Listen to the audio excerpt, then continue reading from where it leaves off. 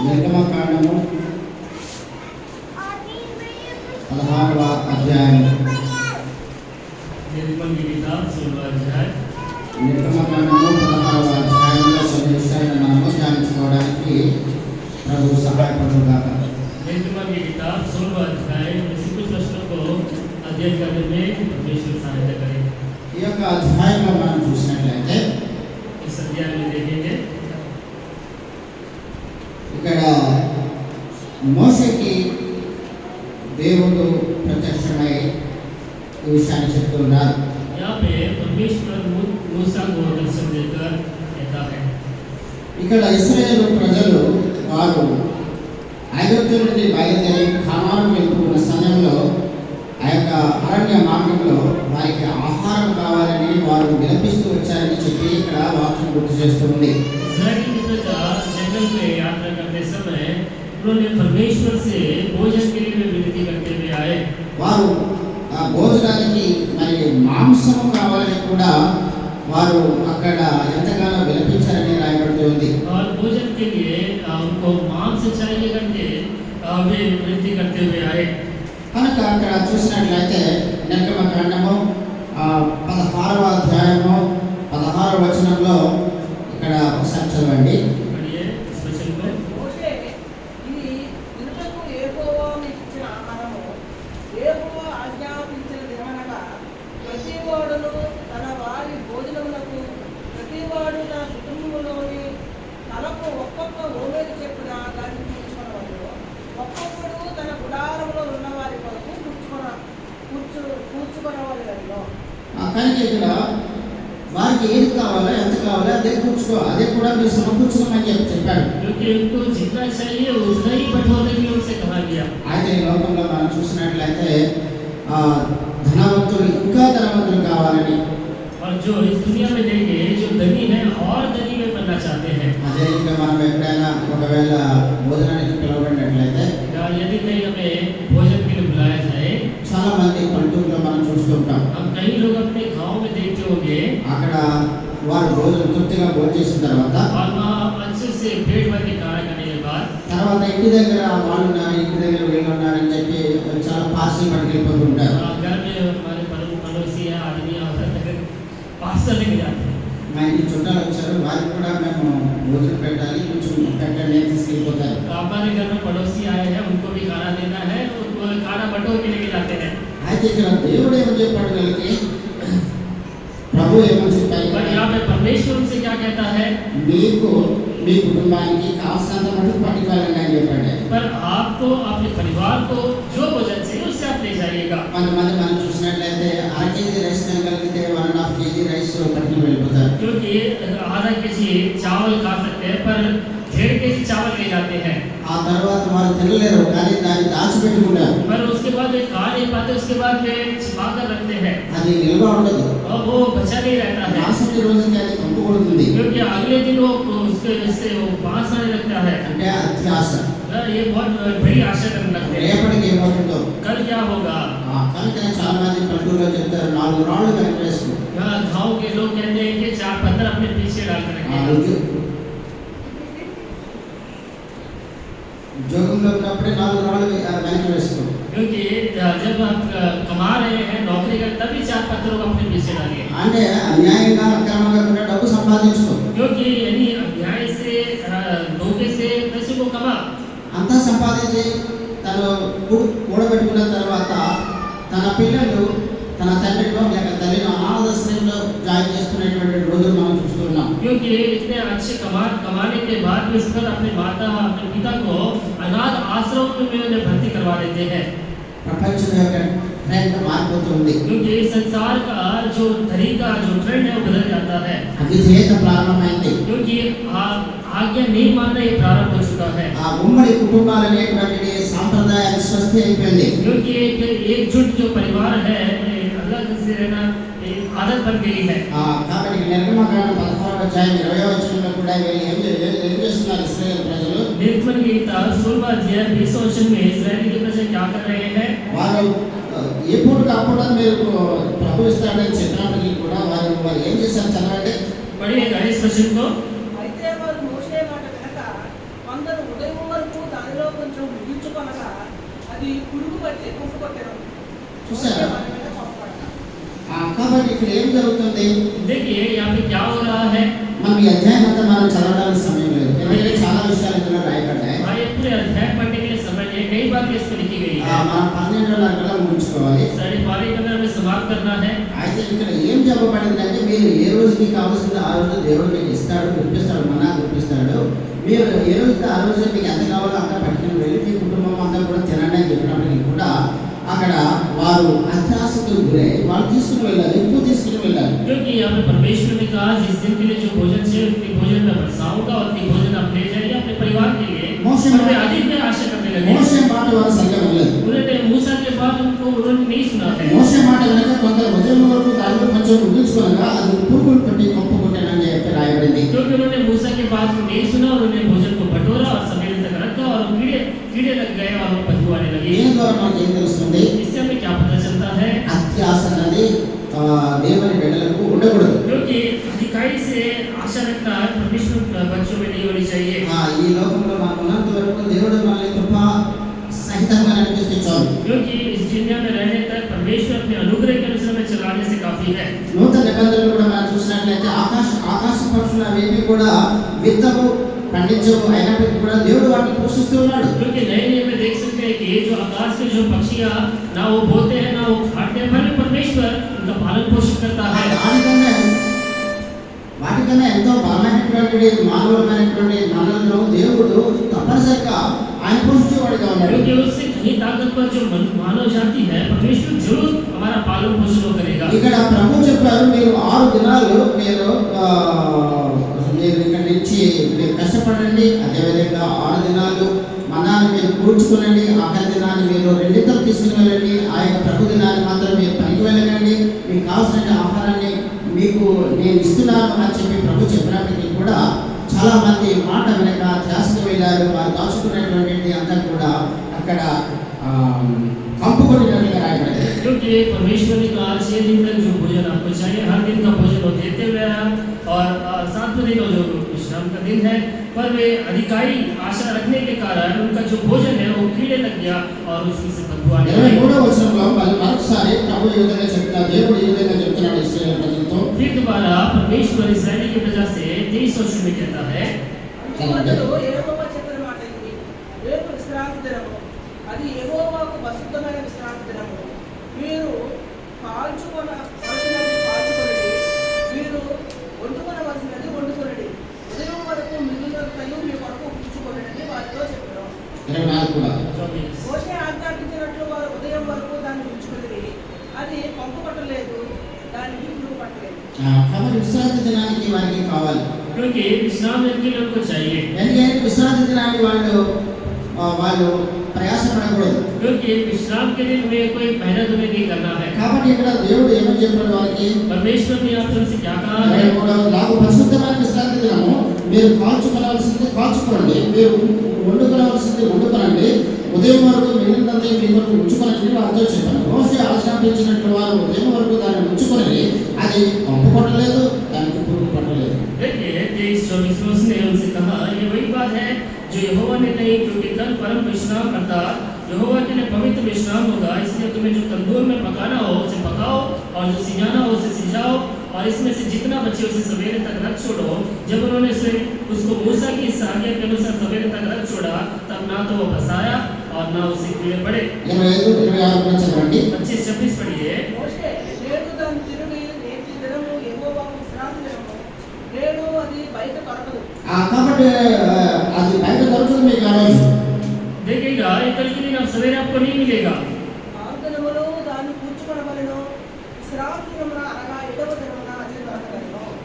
కాబట్టి ఇక్కడ వారు చెప్పినట్లుగా వారు చేశారు కాబట్టి వారు దాచుకున్నటువంటి ఆహారము, కాల్చుకున్నటువంటి ఆహారము అది పురుగు పట్టలేదు. అంటే దేవుని మాట విన్నట్లయితే అది వృధా కాదు, అది వేస్ట్ కాదు అని చెప్పి చాలా స్పష్టంగా తెలియజేయబడుతుంది. उन्होंने जो छाकर था जो तंदूर में बनाए थे वो व्यर्थ नहीं हुआ, क्योंकि परमेश्वर की बात सुनने के द्वारा वो ना सड़ता है ना उसमें कीड़ा लगता है। యెషయా గ్రంథం 14వ అధ్యాయం 11వ వచనంలో మనం చూసినట్లయితే, यशायाह की किताब 14वां अध्याय 11वां वचन में हम देखें, దయచేసి చదవండి. యెషయా గ్రంథము 14వ అధ్యాయము 11వ వచనం. यशायाह किताब 14वां अध्याय 11वां वचन। ఈ మహాత్మ్యమును నీ స్వరమండలమున స్వరములు ఆధారమున పడవేయబడెను. నీ క్రింద పురుగులు వ్యాపించును, కీటకములు నిన్ను కప్పును. చాలా మంది అనుకుంటూ ఉంటారు నేను అందరికన్నా చాలా తెలివైన వాడిని. कई लोग ये समझते हैं कि मैं कई लोगों से अधिक मैं समझदार हूँ। వాళ్ళు చాలా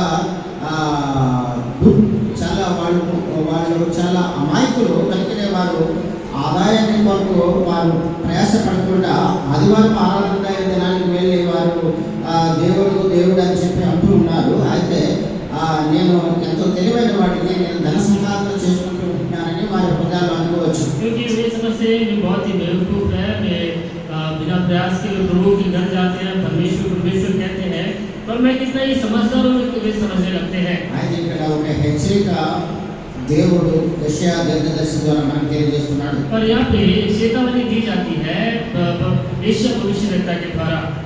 ఏమని చెప్పబడుతుంది? यहाँ पे क्या कहा गया है? 11వ వచనంలో చూసినట్లయితే 11वां वचन में నీ మహాత్మ్యమును నీ స్వరములను పాతాళమున పడవేయబడెను, నీ క్రింది పురుగులు వ్యాపించును, కీటకములు నిన్ను కప్పును అని చెప్పి ఒక వాక్యం రాయబడింది. यहाँ पे लिखा गया है तेरा वैभव और तेरी सारंगियों का शब्द अधोलोक में उतारा गया है, कीड़े तेरा बिछोना ओढ़ता है। కాబట్టి దేవుని మాట వినకుండా ఉన్నటువంటి వారి యొక్క శిక్ష ఎలా ఉంటుందో తెలుసా? क्योंकि परमेश्वर की बात को जो नहीं सुनते उनका दंड कैसा होगा? ఒక దుప్పటి పరచబడుతుంది, क्योंकि ये चादर बिछाया जाता है ఆ తర్వాత దాని మీద పురుగులు వేయబడతాయి, और उसके ऊपर कीड़े डाले जाते ఆ हैं, తర్వాత మరొక దుప్పటి వేయబడుతుంది, उसके बाद और एक चादर डाला जाता है అనేక కీటకాలతో దాన్ని కప్పబడుతుంది. और कई सारे कीड़ाओं से वो ढाका जाता है। ఎంత భయంకరమైనటువంటి శిక్ష ఉంటుందో చూడండి. कितना भयंकर दंड होगा देखिएगा। ఈ యొక్క దృష్టాంతరముగా దేవుని బిడ్డలమైనటువంటి మనకు దేవుడు విషయాలను హెచ్చరిస్తూ ఉన్నాడు. क्योंकि ये दृष्टांत के रीति में परमेश्वर के बच्चे जो हमको ये बातें बताता है, దేవుని పట్ల అవిధేయతగా ఉన్నటువంటి వారి యొక్క శిక్ష ఎలా ఉంటుంది? जो परमेश्वर के प्रति आज्ञाकारी नहीं है उनके दंड कैसा होगा। కనుక చాలా మనం ఈజీగా తీసుకోవాల్సినటువంటి విషయం కాదు. क्योंकि बहुत ही आसान से स्वीकार करने वाली बात ही नहीं है। ఆజ్ఞను అనుసరించకపోతే यदि हम आज्ञाओं का पालन यदि हम ना करें, ఎటువంటి శిక్షలు కూడా ఉన్నాయి. इस प्रकार के दंड भी है। కనుకనే మనకు దేవునిలో మనం విధేయత నేర్చుకోవాల్సి ఉంది. इसलिए अपने परमेश्वर प्रभु में आज्ञाकारी रहना हमें सीखना है। మీరు 6 దినాలు ఆహారాన్ని పుచ్చుకోండి, आप 6 दिन तक अपने भोजन को आप लीजिएगा, बटोरिएगा, ఆ తర్వాత 2 దినాలకు సరిపడగా మీరు ఆహారాన్ని చేసుకోండి. और इसके बाद 2 दिनों के लिए आपको जो भोजन चाहिए उसे आप पका लेना। కనుక ఆ యొక్క పరిశుద్ధ దినాన్ని మీరు ఏ విధమైన పని కూడా చేయడానికి లేదు. क्योंकि वो परम विश्राम दिन को, पवित्र दिन को आप कोई काम काज हमें नहीं करना అది है, నన్ను పరిశుద్ధపరచవలసినటువంటి దినం. क्योंकि वो मुझे पवित्र करने वाला दिन है। దానిని మీరు మహిమపరచండి. और उस दिन को आप परमेश्वर की महिमा, मेरे नाम की महिमा करो। అయితే చాలా మంది చూసినట్లయితే पर कई लोगों के लिए हम देखें, టోటల్ గా నిర్లక్ష్యంగా ఉంటారు. आप पूरी तरह से वे निर्लक्ष्य में रहते हैं, దేవుని మందిరానికి వెళ్ళే విషయంలో చాలా లాపరవాయిగా ఉంటారు. क्योंकि परमेश्वर के घर में आने के लिए बिल्कुल लापरवाही के साथ रहते हैं। అయితే భయంకరమైనటువంటి శిక్ష ఉందనే విషయాన్ని వారికి తెలియకపోవచ్చు. पर बहुत भयानक दंड मिलेगा करके इस बात को उनको नहीं पता होगा। కొంతమంది విషయాల్లో మనం చూసినట్లయితే पर कुछ लोगों के बात विषय में देखें, ఆ సమయాన్ని చాలా టెక్నికల్ గా ఇస్తూ ఉంటారు. पर वो जो समय जो है बहुत अच्छे टेक्निकल तरीके से वे देते हैं। ఆ సరిగ్గా ఆరాధన టైంకి రావచ్చు, सिर्फ आराधना के टाइम में आते हैं, లేక ప్రభు బలిలో పాల్గొనే సమయానికి రావచ్చు. या प्रभु के मेज में भाग लेने के समय आते हैं। ఏదో ఒక సందర్భంలో ఆలస్యం అయిపోయింది, అనివార్య కార్యాల వల్ల అయిపోయింది అనుకుంటే అది ఎక్స్క్యూజ్ ఉండొచ్చు. क्योंकि कोई कारणों के कारण समय हो गया, ये हम एक्सक्यूज हम दे सकते हैं। అయితే అది పదే పదే అదే అలవాటుగా ఉన్నట్లయితే पर बार बार यही आदत जब बन जाती है, కొంచెం వినడం కొంచెం వినకపోవడం. थोड़ा सुनना और थोड़ा नहीं सुनना। సపోజ్ మనం చూసినట్లయితే ఇక్కడ కొంతమంది చూసినట్లయితే చాలా హడావిడిగా వస్తారు ఆఖరి నిమిషాల్లో. कुछ लोग हम देखें तो आखिरी समय में बहुत भागादौड़ी वैसे में आते हैं। మనం అంత ప్రైమ్ మినిస్టర్ లేకపోతే రాష్ట్రపతి లేదా చీఫ్ మినిస్టర్ గవర్నర్ అంత బిజీ మనుషులు అయితే కాదు. पर हम इतने बड़े लोग नहीं है कि जैसे प्राइम मिनिस्टर या चीफ मिनिस्टर या गवर्नर या उससे बढ़कर हम तो नहीं है। మనం దేవునిలో అయితే విలువైన వారు, पर प्रभु में हम बहुत ही बहुमूल्य అయితే है, ఈ లోకంలో చాలా సర్వసాధారణమైన వాళ్ళము. और इस दुनिया में बहुत ही साधारण से लोग हैं। సర్వసాధారణమైన వ్యక్తిని దేవుడు అభిషేకించాడు. क्योंकि बहुत ही साधारण व्यक्ति को परमेश्वर ने अभिषेक किया है। ఆ సౌలు విషయంలో చూసినట్లయితే గాధాపాలను అంటే గాడిదలు కాసుకుంటున్నటువంటి ఒక వ్యక్తిని అతడు ఇశ్రాయేలు ప్రజలకు మొట్టమొదటి రాజుగా అభిషేకించాడు. क्योंकि साउल के विषय में देखिए, जो गधाओं को जो पाल रहा था, चरवाई कर रहा था, उस व्यक्ति को इस्राएली प्रजा के ऊपर परमेश्वर ने राजा रख के नियुक्त किया అతనికి ఒక ఆజ్ఞ ఇవ్వబడింది. और उस व्यक्ति को एक आज्ञा दी गई थी ఆ యొక్క ఆజ్ఞ అతను సగం పాలించాడు, సగాన్ని విడిచిపెట్టాడు. और उन्होंने उस आज्ञा को आधा उन्होंने पालन किया और आधा आज्ञा को पालन करना छोड़ दिया। నా యొక్క ప్రజలు ఇశ్రాయేలు ప్రజలు వారు వెళ్తున్నప్పుడు అమలేకీయులు వారికి ఎంతో హాని చేస్తున్నారు. क्योंकि मेरी इस्राएली की प्रजा जब उस मार्ग से जा रहे थे, अमालेकियों के लोगों ने उन्हें बहुत ही नुकसान पहुंचाया। వారిని మొత్తానికి మొత్తం అంతా కూడా వారిని నాశనం చేయమని ఆజ్ఞించాడు. और उन अमालेकियों को पूरी तरह से नाश कर दो, जान से मार दो करके उन्होंने आज्ञा दी। మనకి సమయం లేదు. पर हमारे पास समय नहीं है, సమయాల గ్రంథంలో ఆ విషయాన్ని మనందరికీ కూడా తెలుసు. क्योंकि समूएल की किताब में सारी बातें हमें पता होगा। పెద్దలను, పిల్లలను, స్త్రీలను, పిల్లలను, అదేవిధంగా వారికి ఉన్నటువంటి పశు సంపదలు సమస్తాన్ని కూడా బొత్తిగా నాశనం చేయమని చెప్పాడు. क्योंकि उन्होंने क्या बड़े क्या छोटे क्या बच्चे स्त्रियां सारी संपत्ति जानवरों को भी उन्होंने पूरी तरह से जान से मार दिया। సౌలు ఏం చేశాడు? और साउल ने क्या किया? చాలా బలమైనటువంటి వాటిని जो बहुत ही अच्छे ताकतवर को దేవునికి దహన బలి కొరకై వాటిని వేరుగా ఉంచాలని చెప్పాడు. क्योंकि परमेश्वर को होम बलि चढ़ाने के लिए उन्होंने अलग उन्होंने रखा है। అయితే దేవుడు ఆ విషయాన్ని చెప్పలేదు. पर परमेश्वर ने इस बात को उनसे नहीं कहा, తన యొక్క స్వయం నిర్ణయం, क्योंकि उतना अपना स्वयं निर्णय उन्होंने लिया। దేవుడు ఇచ్చినటువంటి ఆజ్ఞను అతను అవలంబించలేకపోయాడు. क्योंकि परमेश्वर ने जो आज्ञा उनको दी गई थी उसका वो पालन नहीं कर पाया। అయితే అక్కడ పశువుల యొక్క అరుపులను చూసి అవి ఏంటని అడుగుతున్నప్పుడు అది దేవుని కొరకు ప్రజలు యొక్క సైన్యము దేవునికి దహన బలి అర్పించడానికి వేరుపరిచారని అతను పొక్కుతూ ఉన్నాడు, అబద్ధమాడుతూ ఉన్నాడు, అదేవిధంగా సమర్థించుకుంటూ ఉన్నాడు. क्योंकि इस प्रकार जब वो पशुओं की आवाज जो नीवी जो सुनाई दे रही थी और उसके विषय में जब पूछा गया तो परमेश्वर के लिए बलिदान उन्होंने कहा और वहाँ पे झूठ बोलने लगा। కనుక సౌలు వలె మనము సగం వినడము, సగం వినకపోవడము, సగం చేయడము, సగం చేయకపోవడము మనకు ఆశీర్వాదం కాదు. क्योंकि साउल की तरह आधा पालन करना, आधा पालन नहीं करना, आधा सुनना, आधा नहीं सुनना, ये हमारे लिए आशीष का कारण नहीं है। అయితే లోబడి ఉండడానికి ఎంత మాత్రం కూడా మానవ హృదయం అంగీకరించదు. क्योंकि मानव का स्वभाव ऐसा है कि अधीन रहना बिल्कुल स्वीकार नहीं करता है। యెషయా గ్రంథం 30 అధ్యాయంలో చూసినట్లయితే यशायाह की किताब 30वां अध्याय में देखेंगे, 21వ వచనం చదవండి. 21वां वचन देखिएगा। యెషయా గ్రంథము 30 అధ్యాయము 21వ వచనం. यशायाह की किताब 30वां अध्याय 21वां वचन। మీరు కుడిపెట్టైనను ఎడమకట్టైనను తిరిగినను ఇదే త్రోవ దీనిలో నడువుడి అని మీ వెనుక నుండి ఒక శబ్దము మీ చెవులకు వినబడును. కాబట్టి మీరు కుడి పక్కకి తిరగనంటే కుడి పక్కకి తిరగాలి. क्योंकि यदि आपको दाहिनी ओर मुड़ने के लिए कहा जाता है तो दाहिनी ओर ही आपको मुड़ना है। ఎడమ తట్టుకు తిరగమని చెప్పి వినబడినట్లయితే శబ్దం అటువైపు వెళ్ళాలి. यदि बाईं ओर मुड़ने के लिए कहा जाता है तो उसी तरफ ही आपको मुड़ना है। లేకపోతే అది మనకి యాక్సిడెంట్ అవుతుంది. यदि ऐसा ना सुने तो हमारी दुर्घटना होती है। మనం ఎప్పుడైతే విధేయత చూపుతామో जब हम आज्ञाकारी हम रहते हैं అది ఆ యొక్క మార్గం మన నిత్య జీవానికి నడిపిస్తుంది. और वो जो मार्ग है हमारा अंत जीवन की ओर हमें ले जाता है అది పరిపూర్ణతలోకి మనకి నడిపిస్తుంది. और वो भरपूरी की ओर हमें ले जाता है। కాబట్టి అక్కడ యోహాను సువార్త 14వ అధ్యాయంలో మనం చూసినట్లయితే यदि యోహన్నా రచిత సువార్త 4 अध्याय में देखें 23, 24 వచనాలు తీసుకున్నాం. త్వరగా చదవండి. 23 और 24 वाला जल्द पढ़िएगा। యేసు ఒకడు నన్ను ప్రేమించిన యెడల వాడు నా మాట గైకొనును. అప్పుడు నా తండ్రి వారిని ప్రేమించును. మేము వారి యొద్దకు వచ్చి వారి యొద్ద నివాసం చేయుదుము. కాబట్టి నన్ను ప్రేమించుకుని వాడు నా మాటను గైకొనును. మీరు వినుచున్న మాట నా మాట కాదు, నన్ను పంపిన తండ్రిదే.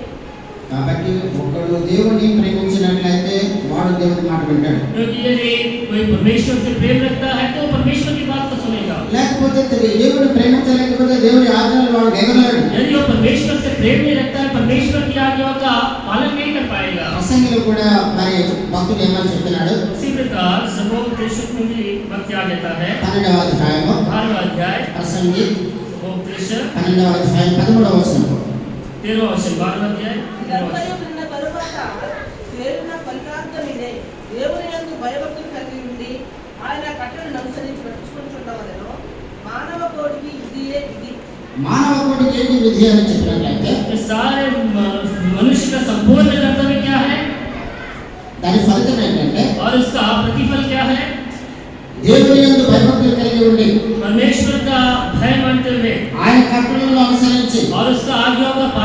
हुए నడుచుచూ ఉండవలను. उसके अनुसार चलना है। మానవ కోటికి అదే మార్గం. और क्योंकि मनुष्य का संपूर्ण कर्तव्य यही है। 4వ వచనంలో చూసినట్లయితే 14 वचन में देखेंगे, మూఢమైన ప్రతి అంశమును గురించి దేవుడు విమర్శ చేయనప్పుడు ఆయన ప్రతి క్రియను అది మంచిదే కానీ చెడ్డదే కానీ తీర్పులోనికి తెచ్చను. क्योंकि परमेश्वर सब कामों और सब गुप्त बातों का चाहे वो भली हो या बुरी न्याय करेगा। కనుక ఇక్కడ ఫిలిప్పీయులకు రాసిన పత్రిక 2వ అధ్యాయం 8వ వచనంలో మనం చూసినట్లయితే फिलिप्पियों के पत्र 2 अध्याय 8 वचन में देखेंगे, ఇక్కడ ప్రభు వాక్యం ఏమని చెప్పబడుతుంది? यहाँ परमेश्वर का वचन क्या कहता है ఆయన ఏ విధంగా విధేయత చూపడానికి చెప్పబడింది? और वो किस तरह आज्ञाकारी रहा है बताया गया है। దయచేసి చదవండి. पढ़िएगा उस वचन को। ఆయన ఆకాశములో మనుషులుగా కనబడి మరణం పొందినంతగా అనగా శిలువ మరణం పొందినంతగా దేని చూపినవాడే కనుక తప్పించుకొనను. కనుక మరణ పర్యంతరము ఆయన విధేయత చూపాడు. देखिएगा मृत्यु तक उन्होंने आज्ञाकारी रहा। కనుక అటువంటి విధేయత దేవుని యొక్క మాటలను నెరవేర్చడంలో జీవించడంలో మనం కూడా ఉండాలి అని ప్రభు మనకు గుర్తు చేస్తున్నాడు. और ऐसी आज्ञाकारिता आप में होकर जीवन में बिताना है। కనుక ఆ విధంగా మనం జీవించినట్లయితే ఆయన ఆజ్ఞలను గైకొన్నట్లయితే అనేక ఆశీర్వాదాలు కూడా మనకు ఉన్నాయని బైబిల్ గుర్తు చేస్తుంది. उस प्रकार मेरे जीवन बिताते हैं, उस तरह आज्ञाओं का पालन करते हैं, कई आशीषें हमारे परमेश्वर का है। యోహాను సువార్త 14వ అధ్యాయం 21వ వచనంలో మనం చూసినట్లయితే యోహన్నా సువార్త 14 अध्याय 21 वचन में देखेंगे, ఆ ఆజ్ఞలను అంగీకరించి వాటిని గైకొను వారే నన్ను ప్రేమించువాడు నా తండ్రి వలన ప్రేమింపబడును. నేను వారిని ప్రేమించి వారికి నన్ను కనబరుచుకొందునని చెప్పాను. కాబట్టి ఇక్కడ ఏమని రాయబడింది? यहाँ पे क्या लिखा गया है? నా ఆజ్ఞలను అనుసరించి వాటిని గైకొన్నట్లయితే నేను వారిని ప్రేమిస్తాను. देखिए, जो मेरी आज्ञाएं हैं और जो उसे मानता है वही मैं उससे प्रेम रखता हूँ। నన్ను ప్రేమించువాడు నా తండ్రి వలన ప్రేమించబడును. क्योंकि जो मुझसे प्रेम रखता है उससे मेरा पिता प्रेम रखेगा। కనుక అటువంటి ప్రేమలో మనము నిలిచి ఉండడానికి ముందుగా మనం ప్రభువుని ప్రేమించాలి. देखिएगा, ऐसे प्रेम में बने रहने के लिए पहले तो अपने परमेश्वर से प्रेम रखना है। అదే విధంగా మనం చూస్తూ వెళ్తున్నట్లయితే इसी प्रकार हम देखते हुए जा सकते हैं। కనుక ఆశీర్వాదం దేవుని యొక్క మాటను మనకు విధేయత చూపినప్పుడు और एक आशीष जब परमेश्वर के प्रति आज्ञाकारी जब हम रहते ఆయన हैं, ఆశీర్వాదం ఇస్తానని చెప్తున్నాడు. वो हमें आशीष देगा करके कहता है। ఆరాధన సమయంలో కూడా మనము గమనించి ఉన్నాం. हम आराधना के समय भी हमने ध्यान दिया है, ఆయన చేతులు మనల్ని ఆశీర్వదించే చేతులు. क्योंकि उनके जो हाथ है हमें आशीष देने वाले हाथ है। డ్యూటరానమీ ద్వితీయోపదేశకాండం 12వ అధ్యాయం 28వ వచనం దయచేసి చదవండి. व्यवस्था में 12वां अध्याय 28 वचन को पढ़िए। ద్వితీయోపదేశకాండం 12వ అధ్యాయం 28వ వచనం. 12वां अध्याय 28 वचन। ఈ దేవుడైన యెహోవా దృష్టికి యుక్తమును యథార్థమునకు దానిని నీవు చేసినందుకు నీకును నీ తరువాత నీ సంతతి వారికి నిత్యము మేలు కలుగునట్లు నేను నీకు ఆజ్ఞాపించుచున్న ఈ మాటలన్నిటినీ నువ్వు జాగ్రత్తగా విను. ध्यान से सुनो। ఏం వినాలి? क्या सुनना है? నీ దేవుడైన యెహోవా దృష్టికి యుక్తమైనది యథార్థమైనది నువ్వు చేసినప్పుడు అది నీకును నీ సంతానానికి నిత్యము కూడా మేలు కలుగుతుంది. क्योंकि जो मैं आज्ञा तुम्हें सुनाता हूँ चित्त लगाकर सुनो, जब तो इस काम को करे तेरे परमेश्वर यहोवा की दृष्टि में भला है और ठीक है, और तेरे बाद तेरे वंश का भी भला होता रहेगा। ఆయన మనకు ఒక ప్రొటెక్షన్ ఇస్తానంటున్నాడు. वो हमें एक सुरक्षा में देना चाहता है। ప్రకటన గ్రంథంలో చూసినట్లయితే यदि हम प्रकाशित वाक्य में देखें 3వ అధ్యాయం 10వ వచనం తీసివారు చదవండి. 3 अध्याय 10 वचन पढ़िएगा। ప్రకటన గ్రంథం प्रकाशित वाक्य 3వ అధ్యాయం 3 अध्याय 10వ వచనం. 10 वचन। నీవు నా ఓర్పు విషయమైన వాక్యములు గైకొంటివి కనుక భూనివాసులను శోధించుటకు లోకమంతటి మీదికి రాబో శోధన కాలములో నేను నిన్ను కాపాడను. ఒక శోధన కాలం రానేయండి. ये परीक्षा का समय आने वाला है, ఆ యొక్క సమయంలో దేవుని నమ్ముకున్న బిడ్డలకు మాత్రమే ఆయన కాపాడతాడు. क्योंकि उस समय जो परमेश्वर के बच्चे उनको अधिकार के उन्हें बचाएगा। కనుక ఈ యొక్క మర్మము దేవుని బిడ్డలమైనటువంటి మనము దేవుని మందిరానికి వచ్చి వాక్యం వింటున్నటువంటి మనకు పరిశుద్ధాత్మ దేవుడు జ్ఞాపకం చేస్తూ ఉన్నాడు. क्योंकि वो जो रहस्य जो परमेश्वर के बच्चे जो हम जो परमेश्वर की मंडली में जो हम आते हैं, हमें इन बातों को याद दिलाता ఎంత है। గొప్ప ధన్యత. कितनी बड़ी धन्यता है। నీవు నా విషయమై ఓర్పు విషయమై వాక్యమును గైకొట్టేవు గనుక భూ నివాసులను శోధించుటకు లోకమంతటి మీదకి రాబో శోధన కాలంలో నేను నీకు కాపాడుదును. देखिए, तूने मेरे धीरज के वचन को थामा है, इसलिए मैं भी तुझे परीक्षा के समय उस समय बचा रखूंगा। ఆఖరిగా మరొక మాట చూద్దాం. और एक बात हम देखेंगे, అపోస్తల కార్యాలు 20వ అధ్యాయం 32వ వచనం చదవండి. प्रेरितों के काम 20वां अध्याय 32वां वचन को ఆ पढ़िएगा। యొక్క స్వాస్థ్యాన్ని నీకు ఇస్తానని చెప్తున్నాడు. मैं अपनी मिरास तुझे दूंगा करके कहता है। చదవండి. पढ़िए అపోస్తల కార్యములు प्रेरितों के काम 20వ అధ్యాయం 20वां अध्याय 32వ వచనం. 32वां वचन। ఇప్పుడును దేవునికి ఆయన కృపావాక్యమునకు మిమ్మల్ని అప్పగించుచున్నారు. ఆయన మీకు క్షేమాభివృద్ధి కలుగజేయుటకును పరిశుద్ధపరచబడిన వారందరిలో స్వాస్థ్యం అనుగ్రహించుటకును శక్తిమంతుడు. ఆ శక్తి ఎటువంటి శక్తి మనం పొందుతాం? हम किस प्रकार की शक्ति हम पाएंगे? ఆ పరలోకపు స్వాస్థ్యము మనం పొందేటువంటి శక్తిని పొందుతాం. हम उस स्वर्गीय मिरास को पाने की शक्ति हम पाएंगे। అపోస్తలుడైన పౌలు గారి యొక్క ఆశ, ఆయన యొక్క కోరిక ఏంటి? प्रेरितों के पौलुस की जो आशा उनकी चाह क्या है? మొదటి పునరుత్థాన దినంలో పాలు పొందాలని. क्योंकि उस पहले पुनरुत्थान के दिन में मैं भागी रहूं। అటువంటి వాంఛ ఆయన బిడ్డలమైన మనకు కూడా ఉన్నప్పుడు और ऐसी जो चाह यदि उनके बच्चे जो हम हैं, ఆయన ఆజ్ఞలను గైకొనే వారిగా ఉంటాం. उसकी आज्ञाओं का पालन करने वाले हम होंगे। చాలా సులువుగా చిక్కులు పెట్టేటువంటి అపవాదిక తంత్రాలకు మనము దూరంగా ఉంటాం. क्योंकि जो आसान से जो फंसाता है उस शैतान से हमें दूर रहना है। అలాంటప్పుడు మనము మన యొక్క సంతతి కూడా ఆశీర్వదించబడుతుంది. तब ही हम हमारा जो परिवार हमारा संतत तो आशीष पाएगा। ఆ రీతిగా జీవించడానికి దేవుని బిడ్డలమైన మనందరికీ కూడా పరిశుద్ధాత్మ దేవుడు సహాయం చేయగాక. उस रीति से जीवन बिताने के लिए परमेश्वर, पवित्र आत्मा परमेश्वर हम सबकी सहायता करे। ప్రభు యొక్క వచనాన్ని ఆశీర్వదించుగాక. परमेश्वर के वचनों को आशीष करे। మనం లేచి నిలబడి ఒక పాట పాడుకుందాం. खड़े होकर हम गीत गाएंगे। ఆ సమయం